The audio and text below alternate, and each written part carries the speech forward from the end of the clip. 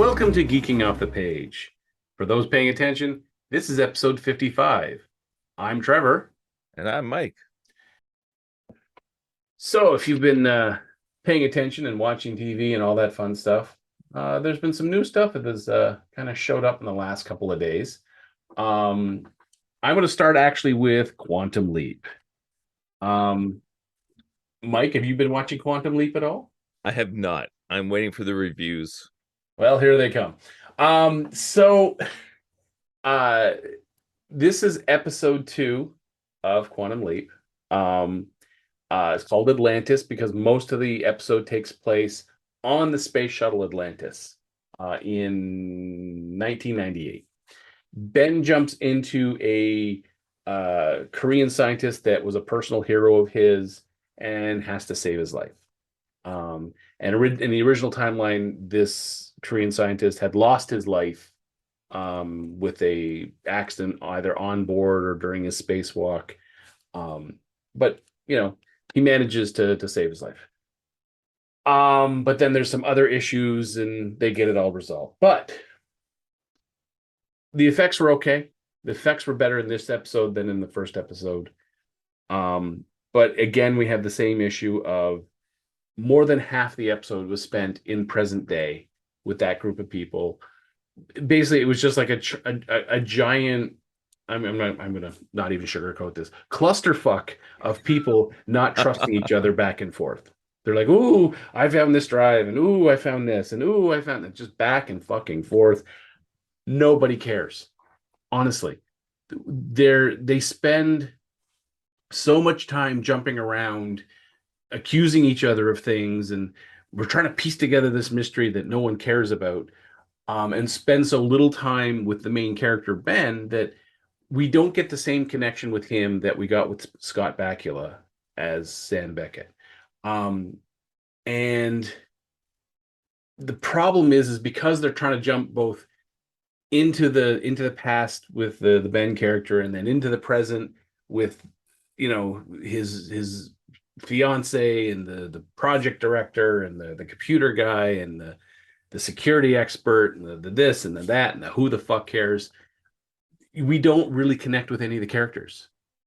Everyone is still very two-dimensional. And it's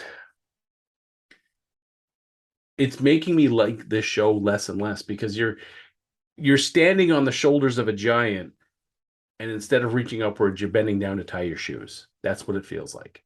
This is a giant wasted opportunity. Why are you wasting our time? Like, I know this is the second episode and they have all this ground that they want to cover, but they know they have a whole season. We don't need it all crammed into the first couple of episodes. Stop telling us and start showing us. Because it's that whole show us, don't tell us. Well, right now, they're just telling us a whole lot, showing us little.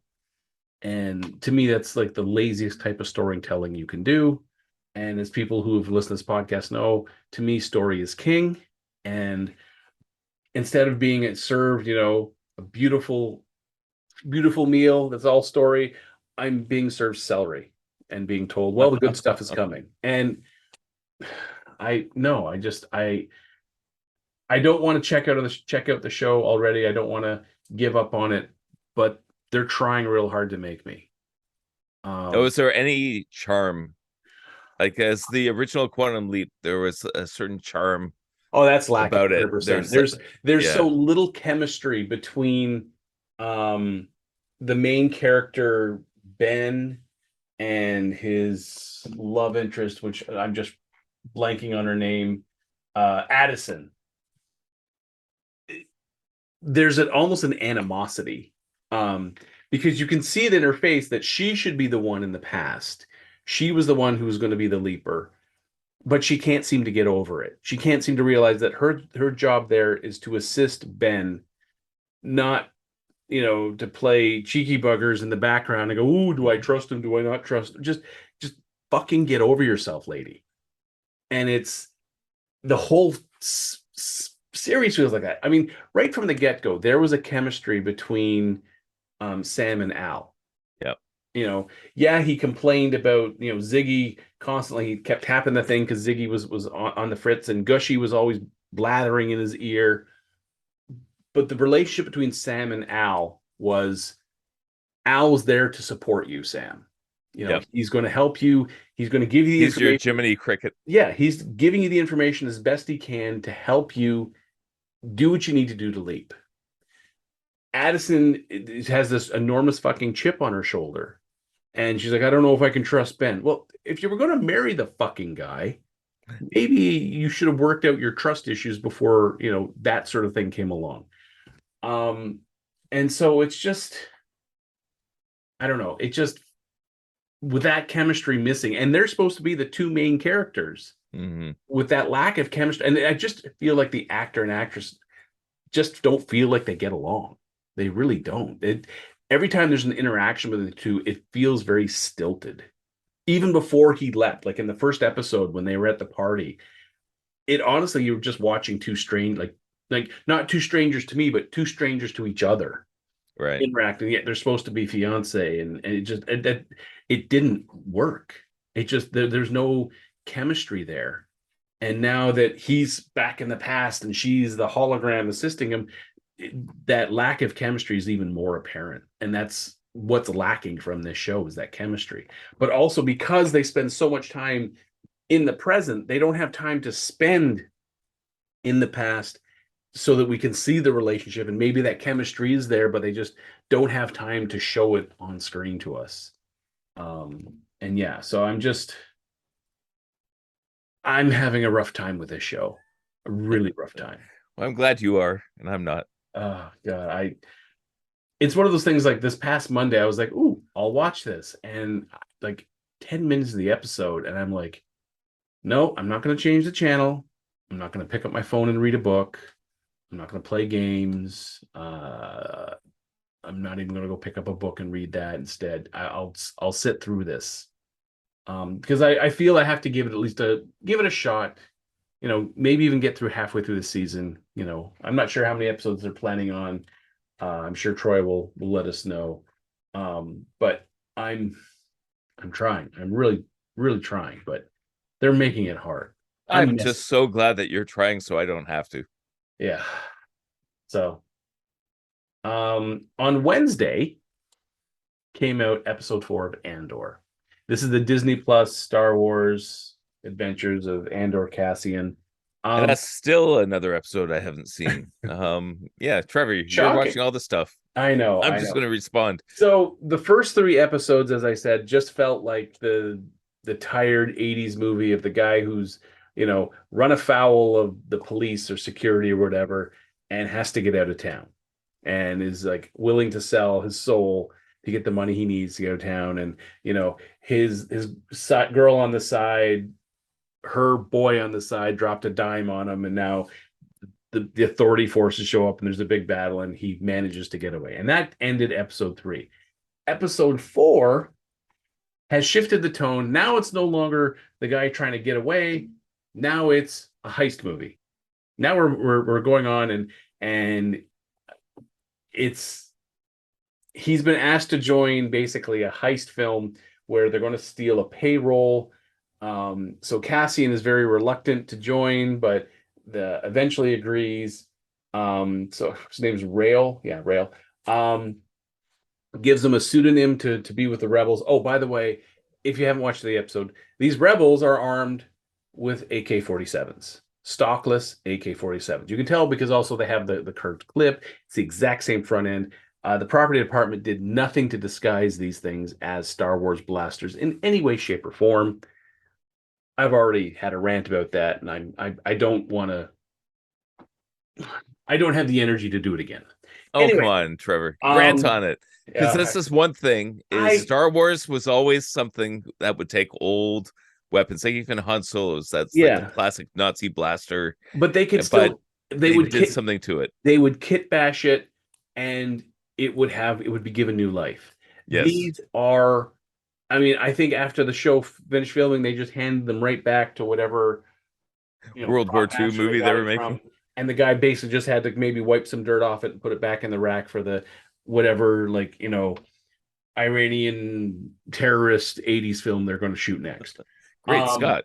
Yeah, it was like watching they got the props from the set of Rambo 3.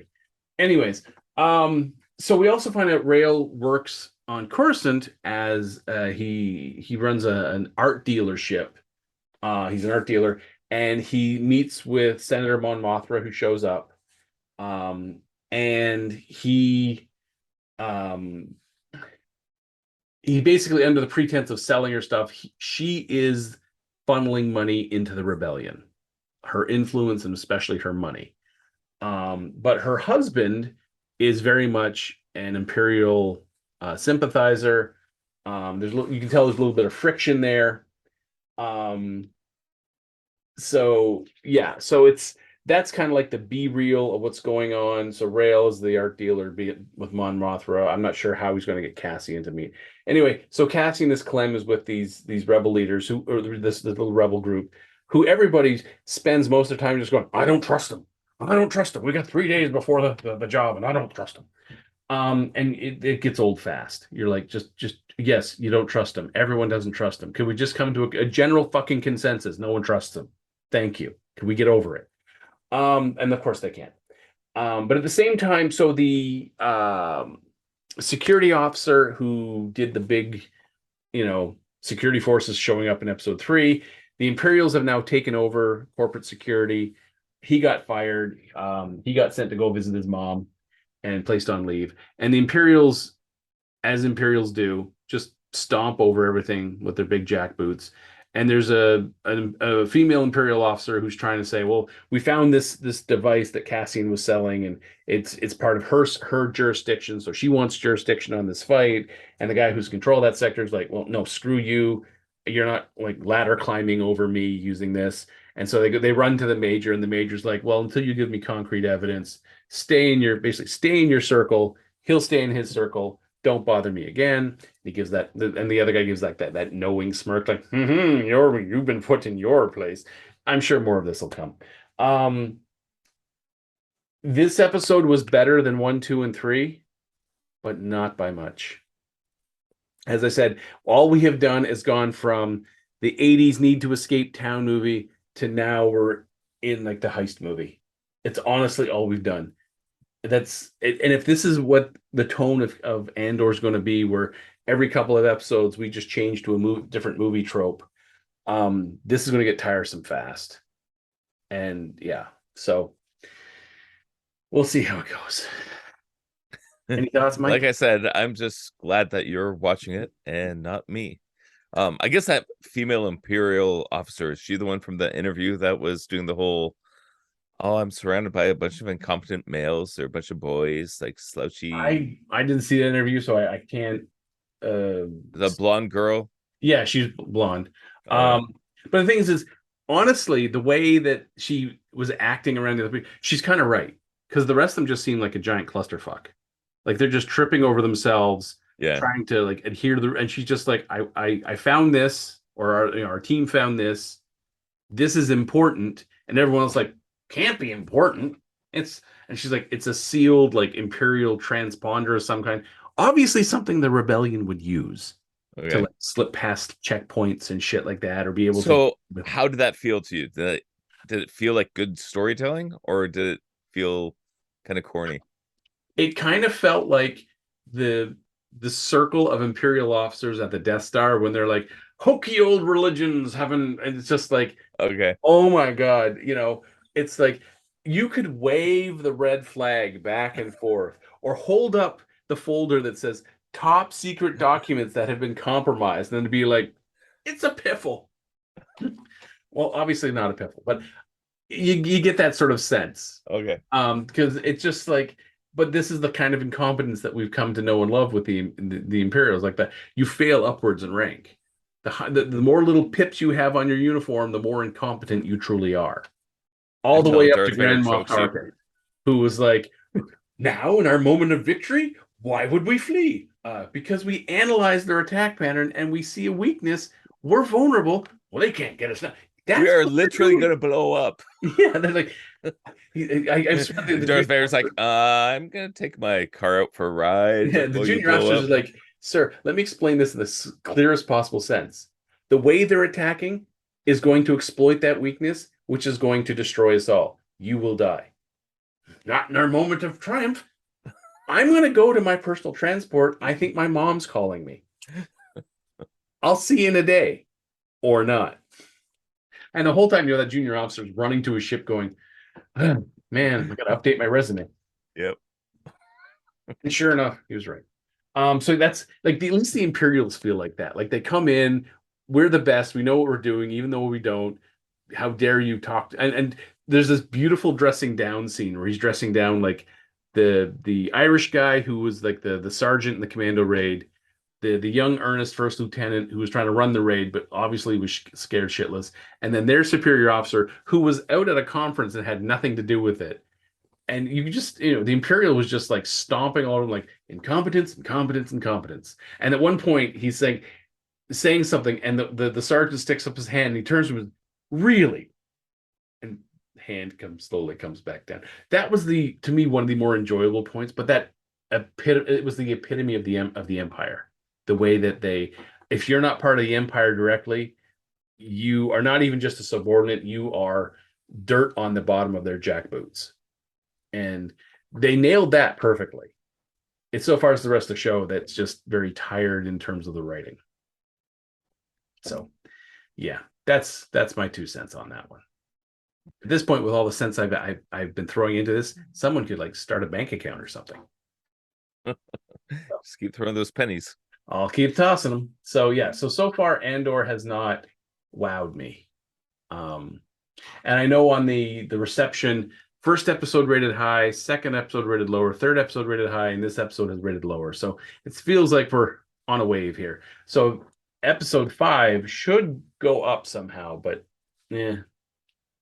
But we do know the heist is in 3 days. So yeah, because they couldn't stop not saying that. Oh, but the heist is in 3 days. Yeah, we get it, because this is the 8th time you've mentioned it in the last 5 minutes that the heist is in 3 days. You know what's happening in 3 days? It's the heist. Yeah, it's the heist.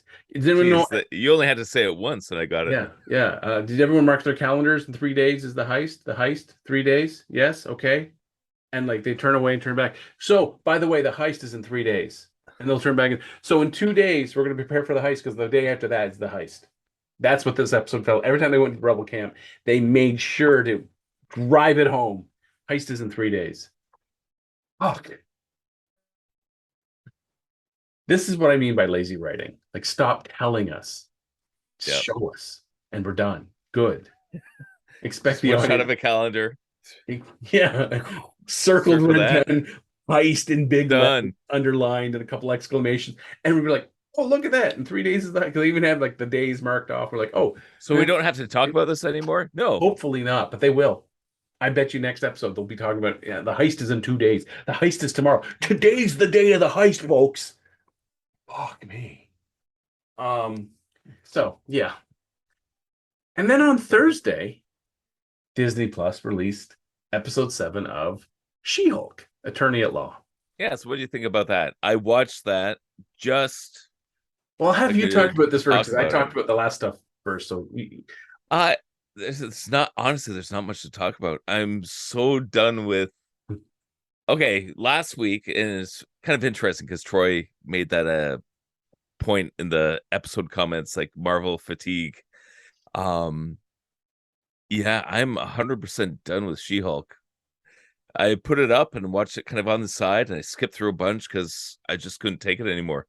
It's that feminist writing, and if you look at all the behind the scenes of the showrunner or head writer, whoever she is, and she keeps talking about how, she's not interested in comic books. She doesn't like all the comic book tropes. Like she's tired of all these. Pardon? So it's like Tim Burton, who never bothered to read Batman before writing Batman movies. At least he made a good movie. Unfortunately, he made a visually interesting movie. Yes, good movie is a different topic. Okay, yeah, I'm with you with that. But I don't know,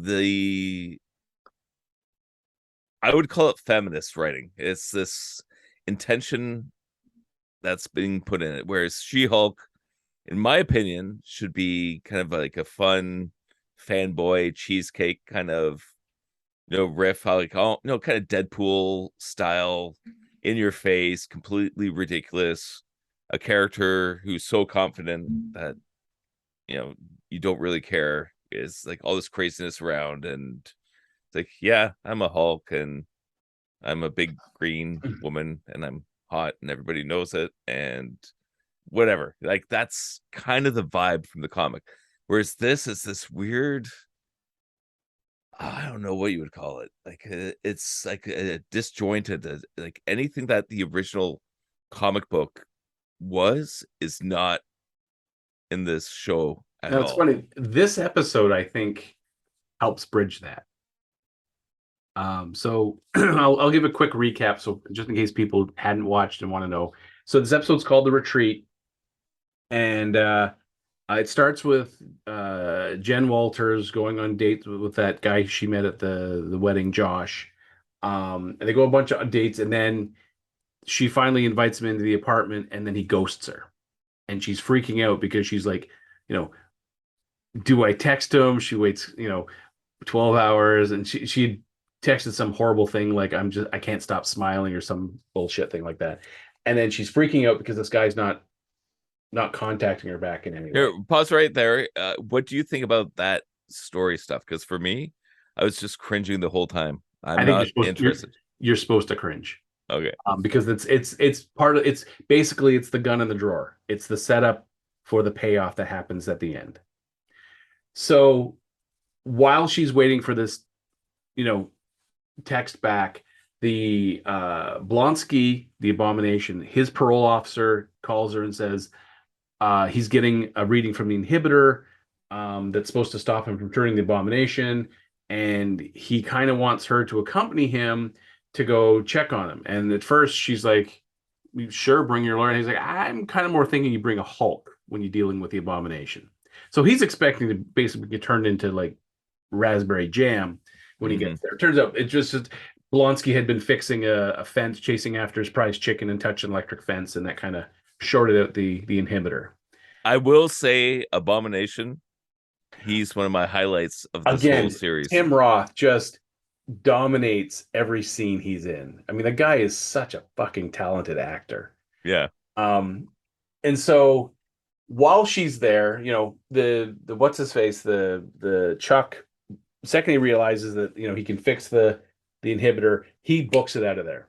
And while Jen's walking to her car, Manbull and I want to say the Matador, but it's not. It's like Gulian?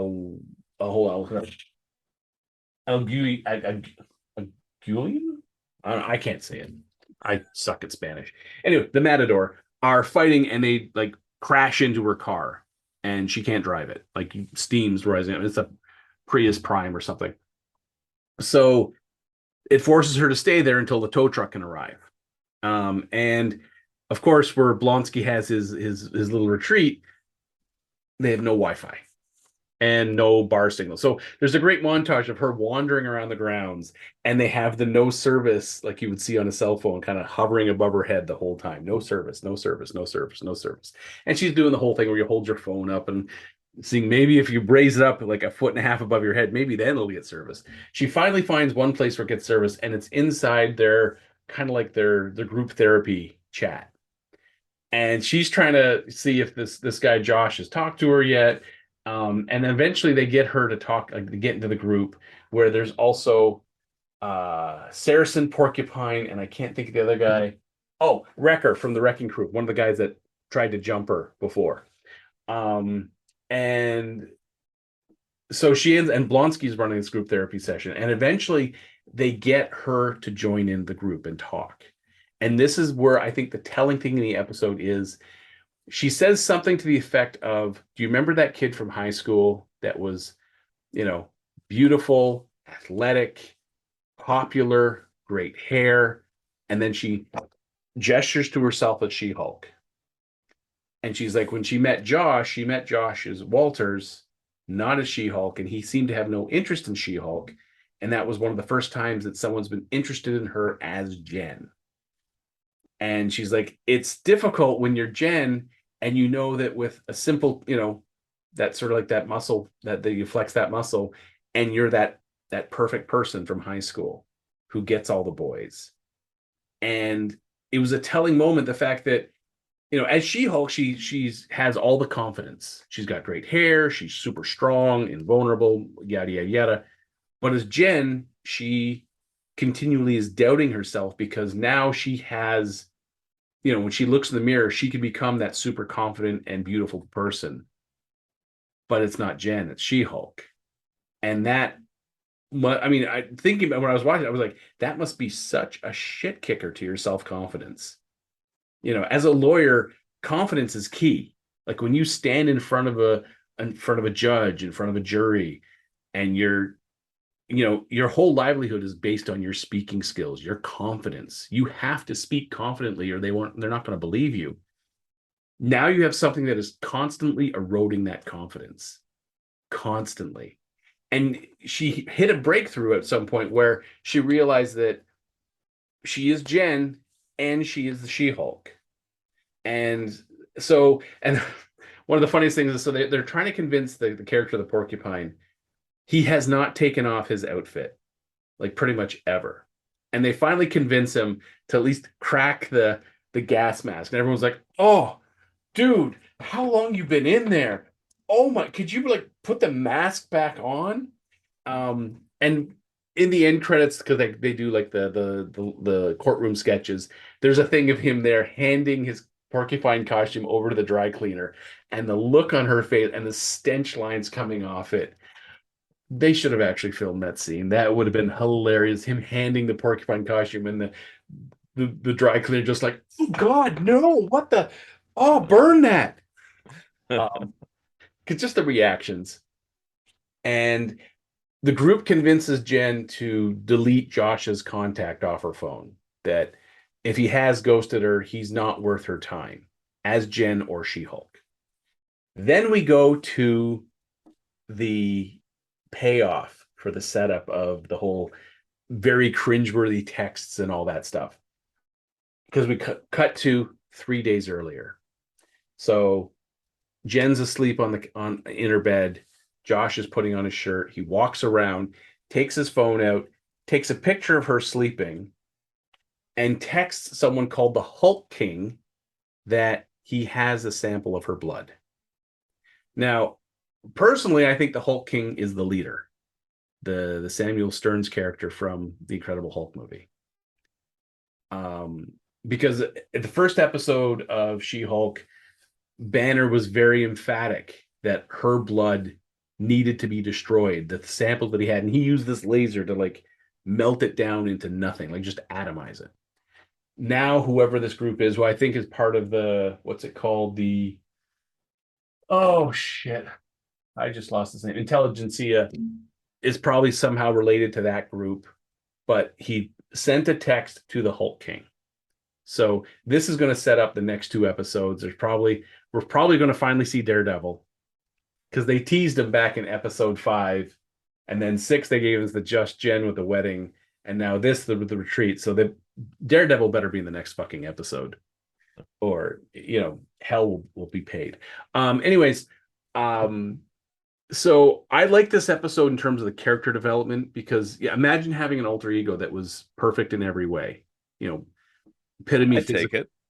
Yeah, you take it, but the thing is I remember in the comics at one point when something happened and Jennifer Walters was stuck in her She-Hulk form. She couldn't revert back to her regular Jen Walters. And as She-Hulk, she had no problem with that. She was like, why would I want to go back to that weaker state anyway? And then when she finally could go back, and the confidence from the hormones or whatever is drained away, and she's back to Jen, and she realizes just how sick she feels with herself for saying, oh, I don't need to go back to Jennifer because I'm perfect as She-Hulk. And he's like, well, that's a real kick to the teeth, because you haven't been She-Hulk your entire life. It'd be tough. It'd be a real blow to your confidence. It's when you're hiding in your house eating ice cream, and when you actually have to interact with people, you go to your alternate bigger form, because then you have at least some sort of armor. So this episode, I think, really went into that. And I'm glad they did, because yeah, up until this point, it's been a lot of bravado. But I think, this is finally Jen Walters coming to term with being She-Hulk at the same time. So I like the writing in this one. There was a little bit of telling, not showing. And again, yeah, they really needed to film that sequence of the porcupine handing over his costume, because that would have been awesome. Just awesome. One thing that really gets me with this, as far as writing, and I think it's bad writing, is how incompetent they make She-Hulk. Like, she's supposed to be this great lawyer, but she's distracted all the time. She's texting.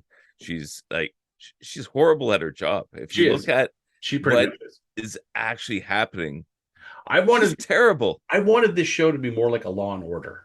That's what I wanted as well. Like or Boston Legal, or yes, LA Boston Law, Legal, perfect, or something to that effect, where we're spending more time with her as a lawyer, and then it's the little side bits where she has to like Hulk out. I mean, we've had the one sequence where she hulks out in court, but that's it. Like, we're 7 episodes in, and 1 out of the 7, and it was a very brief moment where she punches out Titania.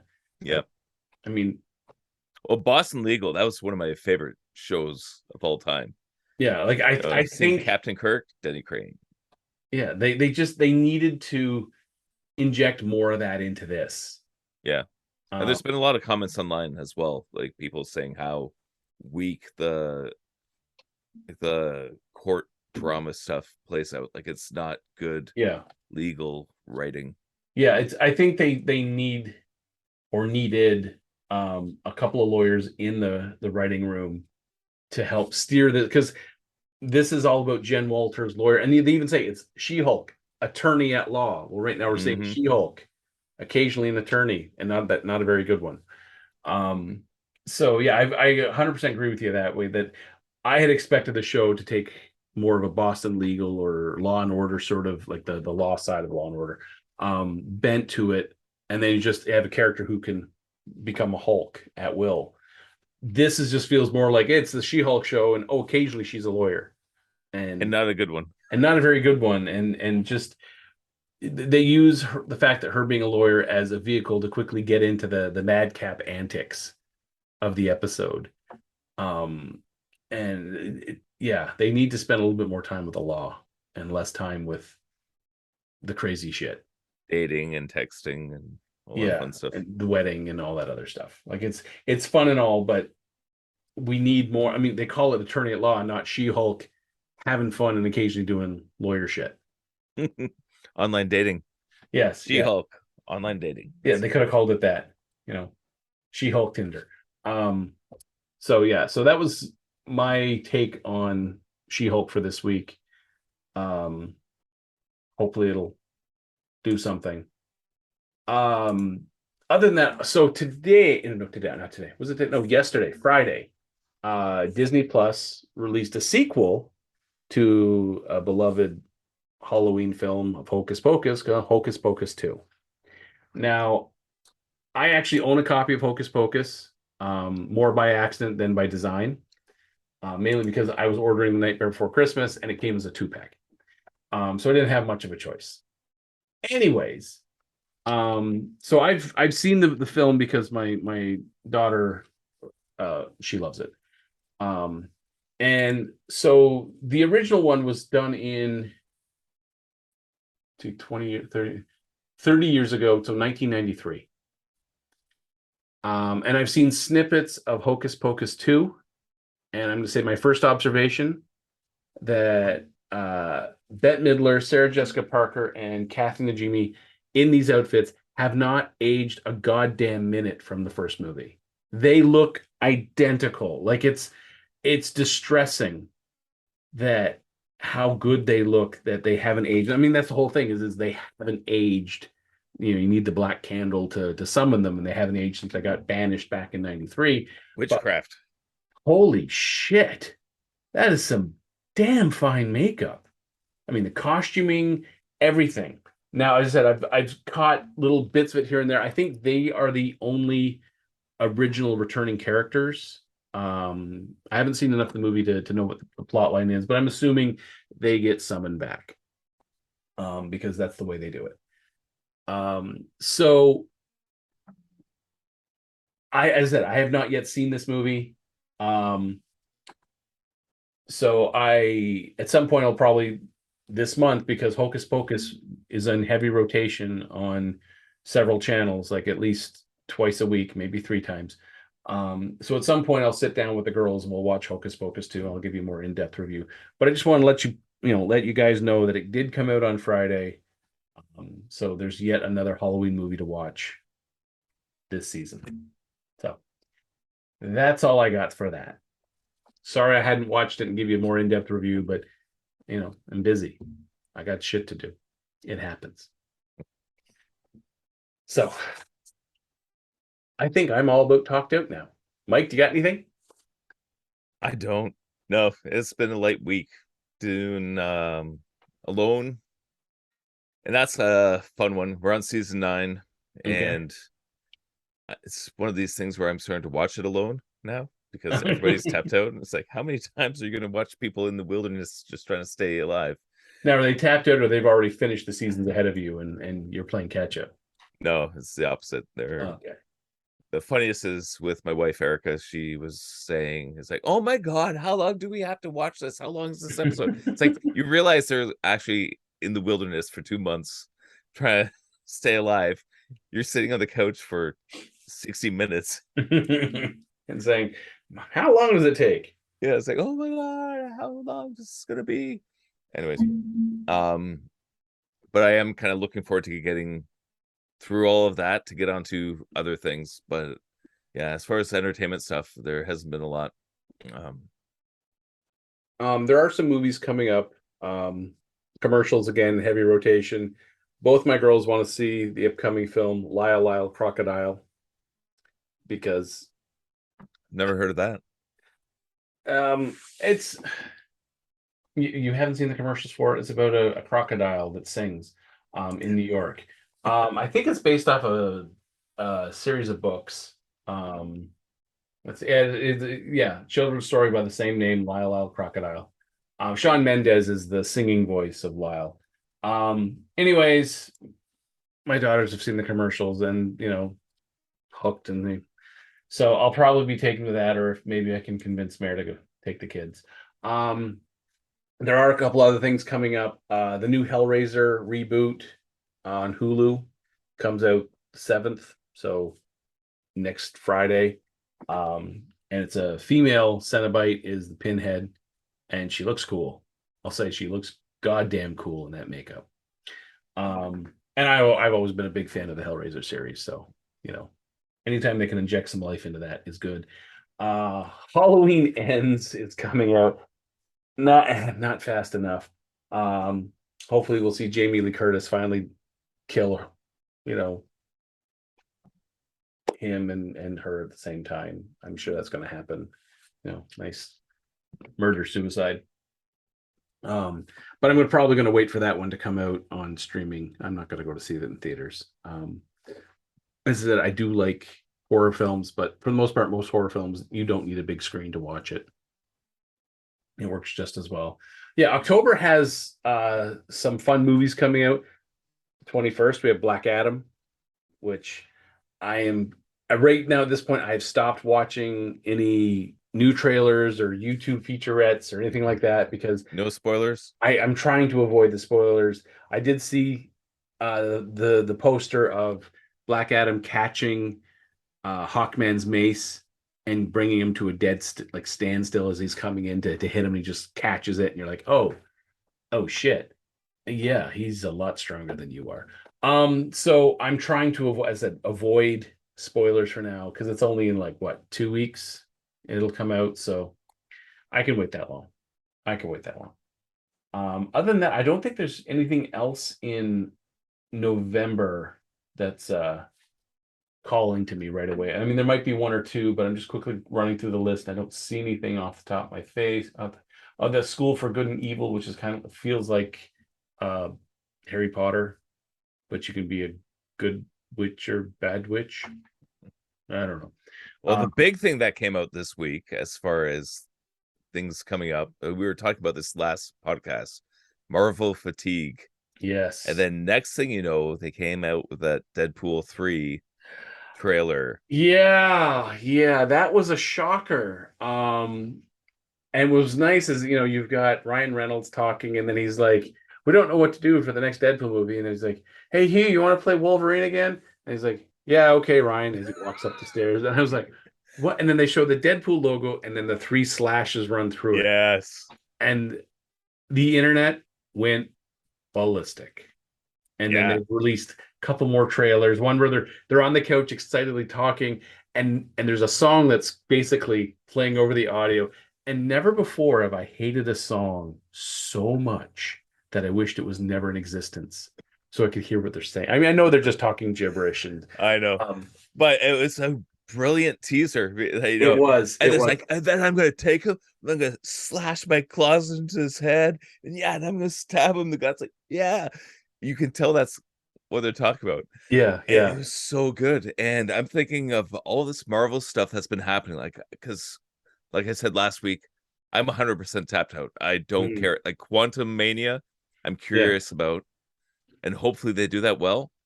But this one has me fired up, and in fact, I don't even think I watched Deadpool 2. You didn't? Oh no. Something about it. Like I just saw enough stuff with X-Force and how they all got killed off, and that was pretty much it. There's enough stuff. I didn't like the domino casting. Or not even the casting. I didn't like the design of the character. It just everything kind of strayed away from the comic. And then I actually knew a bunch of people that worked on that movie too. Like did a lot of a guy I went to high school with. He did the cable design, so which was kind of cool. But I don't know, it just didn't land with me. And that's one I was so hyped for. It's like, oh my god, Deadpool and Cable in a movie, that's going to be amazing. But it was just kind of, I don't know, to me it kind of fell flat. I don't know, do you watch the movie? I saw the movie. It was, I wish they had gotten someone other than Ryan Reynolds do the voice of Juggernaut. There were some astoundingly weak story moments in that film. There were some funny little quips here and there, but a lot of those were ad libs that they just left in.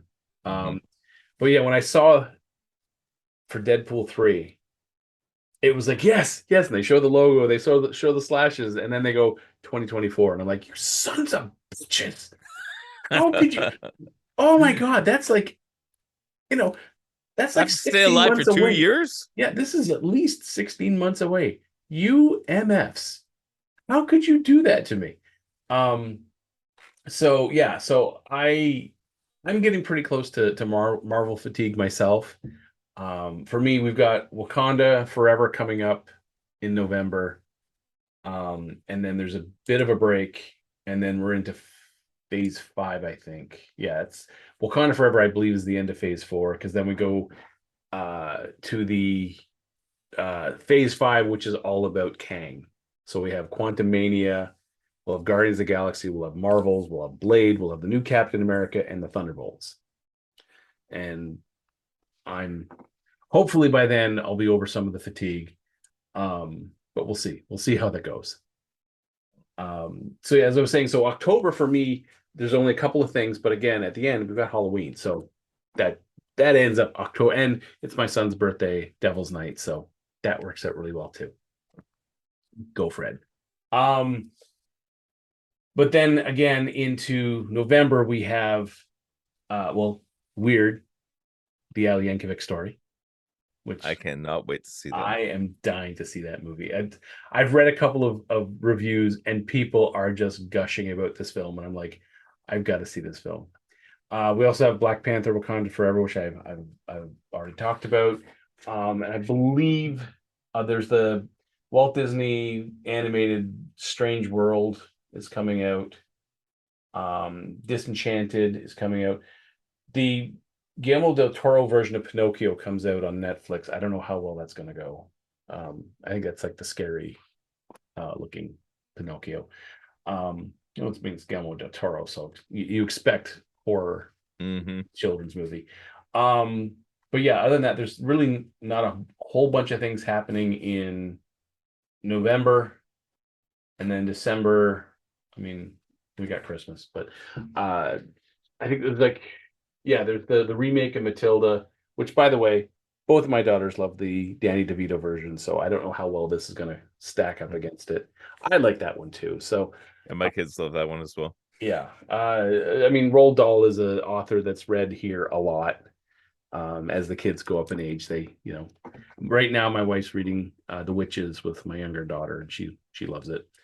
But no, the movie we have to wait for in December is Avatar: Way of Water. Yeah, that's want. Yeah, and your is that your assignment, review? Yeah, so Mike, your assignment between now and December. Okay, you need to watch Knives Out. I know you don't. I know you don't like Rian Johnson, but you got to watch it. You got to. Okay.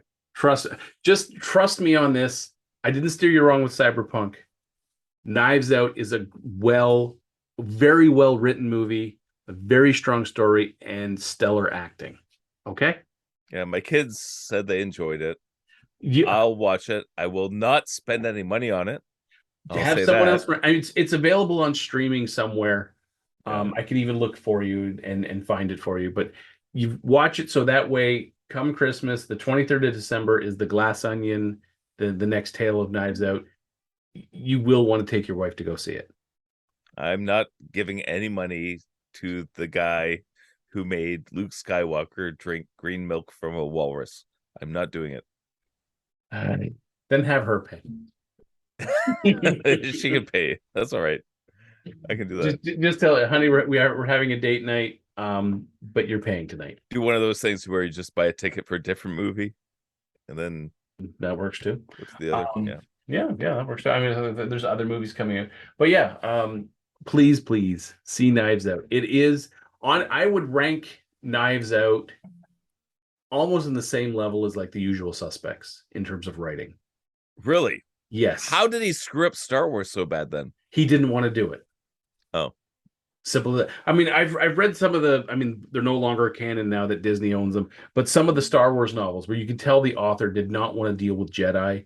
I think it was Barbara Hambly wrote. It was like a prison ship, and Luke's on there, and like within seconds of getting on the prison ship, he gets like hit in the head and has a concussion, so he can't access the Force. And that's how she neatly kind of sidestepped the whole Jedi thing. Because in her words, Jedis are just too far overpowered to write convincingly. If you can like read minds and sense danger and do all this other stuff, then how are you ever going to be hurt? How are you ever going to be in danger?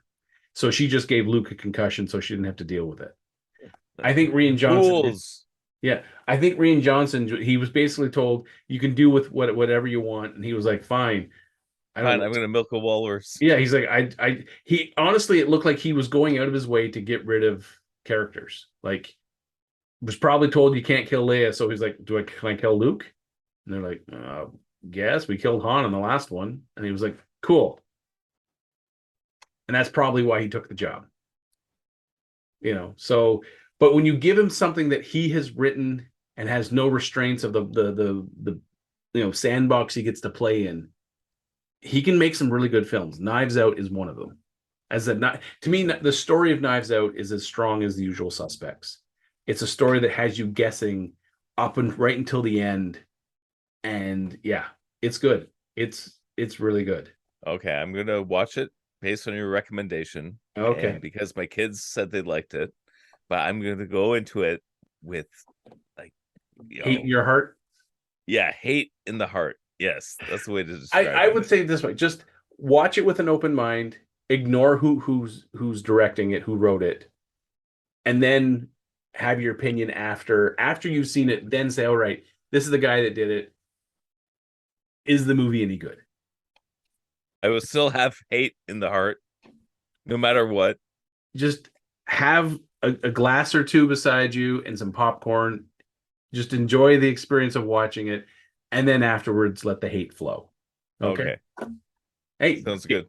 James Earl Jones just signed over his voice for them to use. So, He's retired And his Bruce Willis as well, with the whole virtual Bruce Willis thing. That's virtual likeness. So I'm saying two things. Either A, he is going to curse when in 5 years all these other actors have done that and made piles of cash, or he is going to cheer when all these other actors have done that and been paid like pennies compared to what he got paid. And the other thing is, when's the next Die Hard movie coming out then? If they have access to his digital likeness for deep fake and all this stuff, when's the next goddamn Die Hard? Or even a Die next Hard year, prequel? man. There should be a Die Hard prequel with a young John McClane. They can do Yep. it. Just have an actor running around and then just put a younger Bruce Willis face on him and we're good. Yep. I remember back because my first featured job was Final Fantasy. Mm-hmm. And that was one where actors were freaking out because you were doing, like CG animation with characters and you could capture the likeness. Yeah. And there's this huge, massive movement of people saying, oh, no, you can't do this. They're Like digital actors are going to take over all our jobs. And it was interesting because at the time it was like a year of drama about that, and then it just kind of died out. It's like, no, you still need actors, you still need characters. I think right around that time there was a commercial that they used a likeness of James Dean for the commercial. I was like, for something, and it was so spot on. It would have been hard to say that wasn't James Dean, because they nailed it perfectly. And I think that kind of sparked some of the, well, once they have a digital likeness of us, they can just, make their own movies and we won't get paid sort of bullshit. And I mean, how long ago was Final Fantasy? Yeah, that's what, 2000, 2001? Yeah, so that's been a while. I mean, like 21, 22 years, and the technology still isn't flawless. It's getting close. I mean, deep faking is getting better and better, but it's still not flawless. There's still times where you can tell it's it's a mishmash together, and yeah, it's getting better, and there's more and more different software coming out that is making it better. I've watched a couple through the Corridor Crew, because they do a lot of stuff with deep faking to try to push the envelope and see how far they can get it. It's not there yet. I don't think it's far enough along for like a feature film. You can get away with it on TV when you have a smaller resolution and a smaller aspect. But when you take that image and blow it up onto a screen that's 60 feet tall, you're going to see the flickering edges. You're going to see the inconsistencies. Yeah. It's not going to hold up as cleanly. Like even the stuff people have done where they re-deep fake like the Tarkin stuff from Rogue One and the Leia stuff in Rogue One as well. On your computer, it looks great. It's like, wow, that looks so much better than what they showed us in the film. But if you take those same images and stretch them up and fit it on a full-size screen, it's going to look just as bad as the originals did, because it's just the technology is not there yet to hold up at such a high resolution. I mean, coming from an IMAX background where, on my screen, I'm looking at an image this big and like, looks good to me. But then I have to scale into that image and scale and scale and scale. And what to me, I mean, I see a pyramid from like, down in South America, and I see some dots. You can zoom in enough and those dots turn into people. And when you project that on an IMAX screen, what looks like that dot to you on your screen is a person that's about this tall on the screen. And you can see like all the stuff what they're wearing. You can see they have a handkerchief in their pocket. You can see that their belt buckle is gold and not silver. You can see the lacing on their boots. But when you're looking on a computer and the whole image, all you see is a tiny little speck. Yep. So, what you see on your computer sometimes is not, when you then stretch that image out and post it big. Yeah, that's when you start to see a lot of inconsistency. So I think deep faking to a feature film level, we're at least 5 years away before it's going to be able to be a good enough resolution to hold up on film. So yeah, that's one thing I always did with like talking to the Sheridan students going in for doing the mentoring thing is, you look at the animation and okay, that looks good, but what does it look like on the big screen? And you always have that with when you're animating for feature films, you're looking at your little window on the computer, but when you do the dailies or the tests and you see it projected gigantic, it's a whole different All story. your mistakes come rushing out. It's like giant red arrows pointing at every mistake. And the movement's completely different because like on a small screen, you got a wave action, it looks fine. When it's projected gigantic, you feel like changes. It's jittering. Like it's not as perfectly smooth as it was before. Yeah. So like as I said, when we were doing stuff in IMAX, we would, gotta remember, this is like right around 2000. And so I'm looking at like a 19-inch monitor. And my file sizes, even back then, file sizes were ridiculous. Like I'm looking at this image, this is a frame that could have probably taken like 6 hours to render. And I have to blow it up to what will be as close as I can get to print size.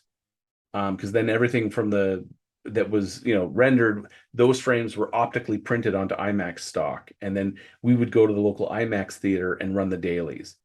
And even blown up as big as it could on my screen, and I'm just kind of like scrolling and scrolling and scrolling this way and this way and that way, I would find like artifacting, and I'd be like, well, I got to re-render this section and kind of paste it in and fix it in Photoshop and all that stuff. But then to run a sequence, you can't run it at full resolution on your monitor. So you have to run it at a reduced resolution. Looks fine. But then we print the IMAX frames. We go to the IMAX theater, they play it, and you see, flickering pixels. You see stuff that in that tiny window, reduced window to play the animation looks fine. But when you see it huge, you have jitter where something's not tracking in a nice smooth spline. It's kind of bouncing back and forth across that spline. And when you see it that big, as I said, all the mistakes, you may as well have giant red arrows pointing at it. And we would sit in the theater and we would have laser pointers. And a sequence would probably play 8, 9, 10 times because they would just loop it. And you would just have the laser pointer like right there. And usually one of us would have like a pen and paper, and we're writing in because we got the time code down below, and we're writing out the frames that have the issues and what the issues are. And those sessions were always heartbreaking. Because some of the frames, you're dealing with frames that could take, I had one sequence where a single frame took almost 24 hours to render. Whoa. And we had like 4 deck alphas rendering. Those were our main rendering farm, those deck alphas. They were impossible to use for day-to-day stuff, but they were beautiful render machines. They could crunch what a normal machine would take 10 hours to crunch, they could do it in 3.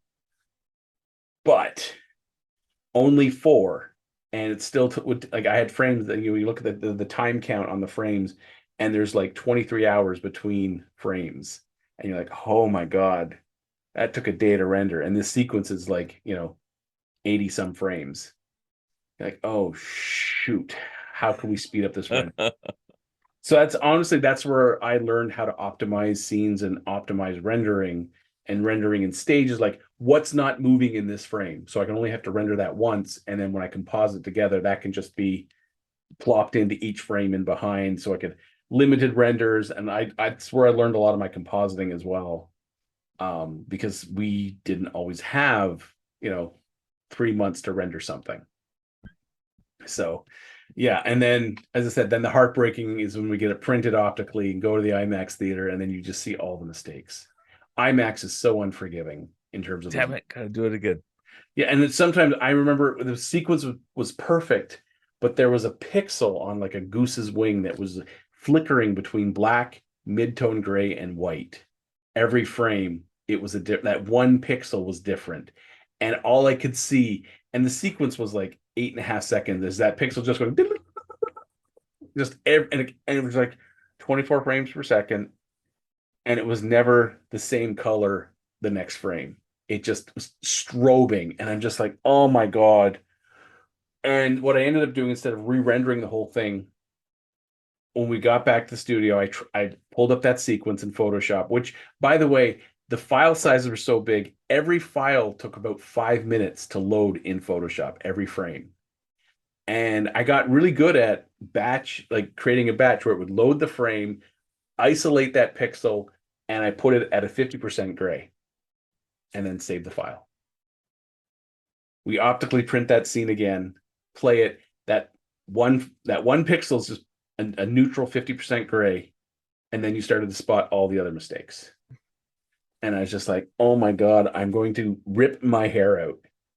It was such a nightmare. I mean, that whole sequence to begin with was a nightmare because it was one of those cases of, so this guy in Michigan had this whole thing where he trained a goose to fly with him. Like he'd be speeding along on his boat and the goose would fly, and eventually other geese would make a flying V off the one goose. So you'd see the boat going along in this big flying V of geese.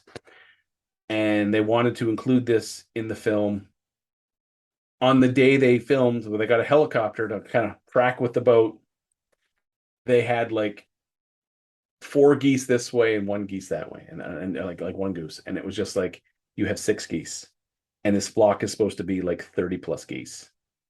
And instead of saying, "We'll tell you what, we'll come back on another day where there are more geese in the area who will join this V, we'll fix it in post."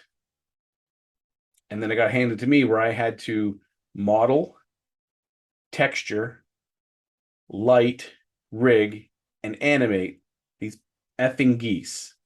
I had to set up physics systems because every feather was a plane, a curved plane with a feather texture on it. And I had to put them all on the geese. Every goddamn, I know how many feathers are on a geese's belly. I don't even know how many feathers are on a geese's wings. And then I had to set up a physics system that would simulate wind so that it would ruffle the feathers. And then I had to arrange the geese in that flying V, offset their animation because they don't all flap at the same time. There's a little bit of offset on all the wings. And then I had to manually match move the camera to the helicopter so that the perspective would be right. And they could not supply me with what lens they used that day. So I had to guess it. I guessed wrong a couple of times till I finally got it dialed in. That sequence, honestly, was one of the sequences, like camel that broke the straw that broke the camel's back. That was one of the sequences that, by the time it was all said and done and finished, was what led me to quit 3D animation for a while. Whoa. It was that bad. Mic drop moment. Yeah, it was just like, I got it when it was finally all said and done. And in IMAX, it looked good. And I got rave reviews from the director who was like, he couldn't believe how good it looked. That he's like, if he hadn't been there on that day that the filming, he would have believed that there were, 21 geese total in that flying V. Because I even had to do reflections in the water, and then I had to ripple the reflections to match the ripples of the water. Okay, you got to share this clip. You must have it somewhere, right? No, I don't. Honestly, I don't. No. And I was so burnt out from doing that because I was working ridiculous hours to get this done, to meet the deadline, and I got it done. And instead of saying, "Hey, good job, take a day or two to recover," I was handed yet another shit serving of an even more ridiculous sequence. And I remember the director was in the studio at the time, and I get shown the sequence, and he's like, "Oh, I just want to add this and this and this." And I turned to the owner of the studio and I said, "If I'm handed this scene, I quit." And he's like, "You're kidding, right?" I'm like, "No, I'm not kidding. This screams of ineptitude," because it was the director's son who did a lot of the shooting. Like, he went to Christmas Island to shoot the crabs when they do their yearly migration out of the forest, across the roads to the water's edge. It's a well-known phenomenon. There has been countless documentaries about this. Never filmed in IMAX. It's also well documented when this happens. This guy shows up 2 weeks late. Gets there. Crabs have already moved back to the forest. The whole mating sequence is done. There's no crabs on the roads. There's no crabs in the water. There's a couple of crabs in the forest. So instead of saying, maybe we should come back next year, he shoots plate shots of where the crabs would have gone, shoots some sequences of the crabs in the forest, and then says, we'll just add some digital crabs. That's amazing. And I remember, as I said, I turned to the owner and I said, I'm not modeling crabs. I'm not animating crabs. I'm not match moving, because this guy didn't write down he had a whole case of lenses. He couldn't tell me which lens he used. At the time, there was really no good match moving software for, matching camera positioning to like stock footage. There's really no software out there that did it well, that was affordable. It was all proprietary at different studios. And I just remember saying, I'm not doing it. I'm not. And he's like, well, you have to do it. And I'm like, well, guess what? I quit. I don't have to do it. And so finally that went back and forth. I ended up not quitting right then and there. The director realized that there was a lot of footage like this. Like there was the big butterfly migration through Mexico of monarch butterflies that they showed up 2 months too late. It was done. And I, he heard me because I was in the office basically arguing with the owner of the studio, and the director was standing outside the office. So he heard me basically saying, if he doesn't have the brains to run a search engine to find out when this stuff happens, or his son is too busy partying it up because the thing is with the butterflies, he got there in time, but couldn't rent a helicopter. By the time he got a helicopter, the migration was done. So he just filmed plate shots, figuring they would add them in later. There was a lot of add them in later sort of bullshit. I'm like, they need to really reevaluate what they want to do with this film and go film this stuff when it happens next year and then put the movie together. They just can't rely on CG to fix all their mistakes. And I said, if that's the route they want to take, it won't be me doing it. And so I got burned out of IMAX stuff because it's just the attention to detail you have to have is just, I'm surprised I didn't get an ulcer. But yeah, I was working ridiculous hours, and it was something that was unsustainable. So yeah, that's amazing. Yeah. So now when I'm talking about like deep fake and how it's not ready for the large resolution, I'm speaking with some experience in that matter. Because what you see on a computer monitor, even if you have like a 60-inch TV that you're using as your computer monitor, that 60-inch TV is nothing compared to a full-size IMAX screen. It's just when you get something to that scale where a person's face is 40 feet tall, no screen you have at your desk or on your wall even comes close to matching it. So, yeah. So if you're listening, take heed. So when's Geeking off the page going IMAX? Yeah, it's not. So that's the end of my rant. I'm not sure if we have anything else to talk about. I still want to do top 10, but the guys don't show up. So yeah. I'm hoping next week I'm doing my top 10. I don't care. Episode 56. I'll tell you my number one film. So you only have to wait a week, folks. Just wait that week and it'll happen. All right. So I think we're going to wrap it up there. So I've been Trevor. I'm Mike. And I think we're going to do a collective goodbye on this episode 55. Ready? I think we got this. 3, 2, 1. Collective goodbye. We still got to work on that. Yeah. All right. So enjoy listening to this, folks. This has been Geeking Off the Page, a Planet Geek production. Please be sure to subscribe, share, rate, and review. You can find us at our social medias through Facebook, YouTube, and TikTok. Search for Planet Geek Productions. On Instagram and Twitter, Planet Geek Pod. Or you can send us an email at planetgeekpod@gmail.com. So until next bad time, same Spider Channel, may the Force be with you, and thanks for tuning in.